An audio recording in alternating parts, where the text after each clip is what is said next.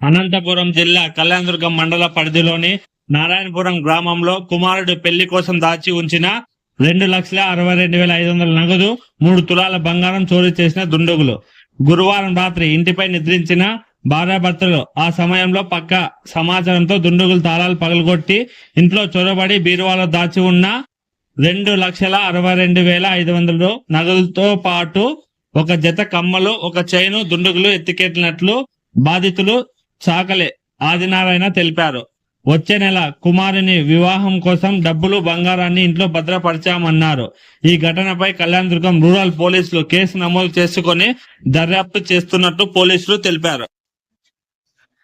కొడుకు పెళ్లి పెట్టుకోండి, అప్పు తెచ్చుకోండి 2 లక్షలు అంతా 2,60,000 అన్న 65,000 అన్న.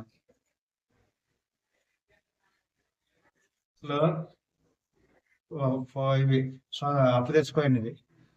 ఇవి మాకు నెల వేసి వచ్చి 62,000 అన్న.